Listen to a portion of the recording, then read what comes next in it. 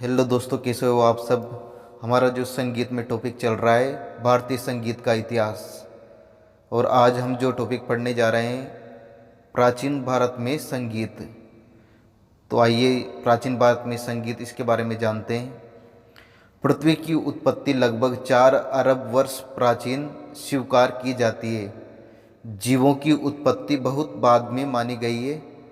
मनुष्य की उत्पत्ति इस धरती पर लगभग 20 लाख वर्ष पूर्व मानी गई है। आरंभिक मानव के इतिहास को पाषाण युग के नाम से जाना जाता है। पाषाण युग को 3 भागों में विभाजित किया गया है। पूरा पाषाण काल 20 लाख ईसा पूर्व से 9000 ईसा पूर्व तक। मध्य पाषाण काल 9000 ईसा पूर्व से 4000 ईसा पूर्व तक माना गया है।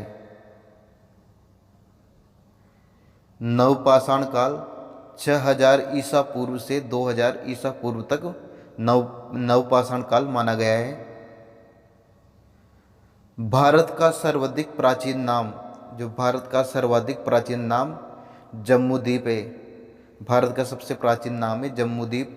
ईसा पूर्व 3000 वर्ष से पहले का समय प्राग ऐतिहासिक काल के अंतर्गत माना गया है। मानव इतिहास के प्रारंभ से ही पूर्व शिकारी व कृषक संप्रदाय में रहता था। उस काल को प्रागैतिहासिक काल कहते हैं। मोहनजोदड़ो, हड़प्पा, चुंदड़ो, जुकर इत्यादि सिंधु घाटी के प्राचीन तथा उन्नत सभ्यता युक्त नगर समूह 5-6 हजार वर्ष से भी अधिक समय पूर्व विकसित हो चुके थे। यानी कि प्राचीन सभ्यता युक्त नगर समूह सिंधु घाटी के समय 5-6 हजार वर्ष पूर्व से भी अधिक समय पूर्व विकसित हो चुके थे। मोहनजोदड़ो तथा हड़प्पा के खनन कार्य से प्राप्त हड्डियों की वंशी, वीणा, चमड़े के वाद्य यंत्र, ब्रोंज की बनी नृत्यशील नारी एवं नर्तक प्रमाणित करते हैं कि सिंधु घाटी के सुप्राचीन युग में संगीत काफी प्रचलन में था।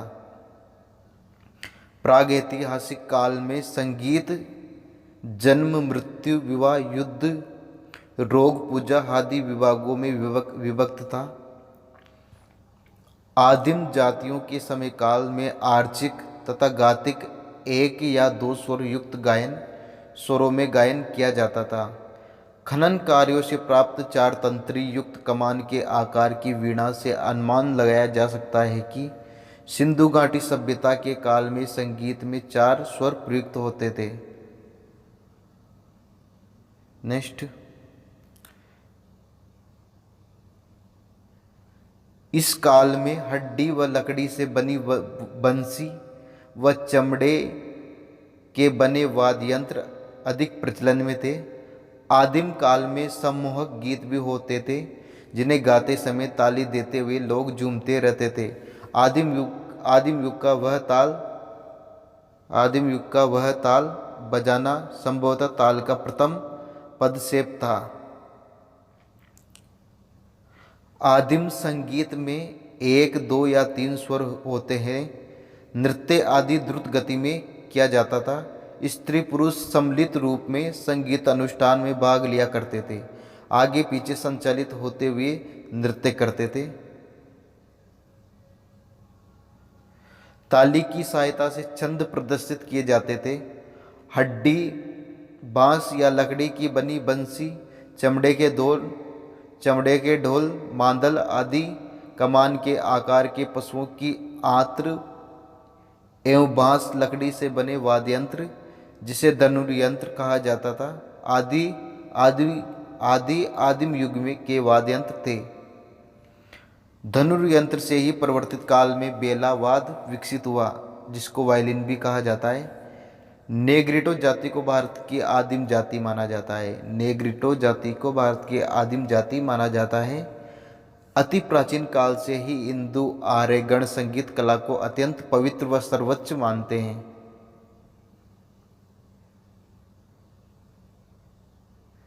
वैदिक काल में संगीत। आइए हम वैदिक काल में संगीत इसके बारे में जानते हैं। वेद शब्द विद धातु से बना है जिसका अर्थ है जानना। वेदों से आर्यों के जीवन तथा दर्शन का ज्ञान होता है। वेदों की संख्या चार बताई गई है। ऋग्वेद की रचना सबसे पहले हुई थी। ऋग्वेद में ही गायत्री मंत्र, जो सविता यानी सूर्य को समर्पित है। वैदिक सभ्यता को भारतीय विद्वान अनादि परंपरा से आया हुआ मानते हैं। भारतीय विद्वान वैदिक सभ्यता को लगभग 7,000 ईसा पूर्व प्राचीन मानते हैं, परंतु पाश्चात्य विद्वानों के मतानुसार आर्य भारत में लगभग 2000 ईसा पूर्व आए थे तथा उनके आगमन के साथ ही यह सभ्यता आरंभ हुई थी। आमतौर पर अधिकतर विद्वान वैदिक सभ्यता का काल 1500 ईसा पूर्व से 600 ईसा पूर्व के बीच में मानते हैं। वैदिक काल में 4 वेद एवं उनकी संहिताओं यानी कि ब्राह्मण, आरण्यक, उपनिषदों एवं वेदांगों की रचना की गई थी।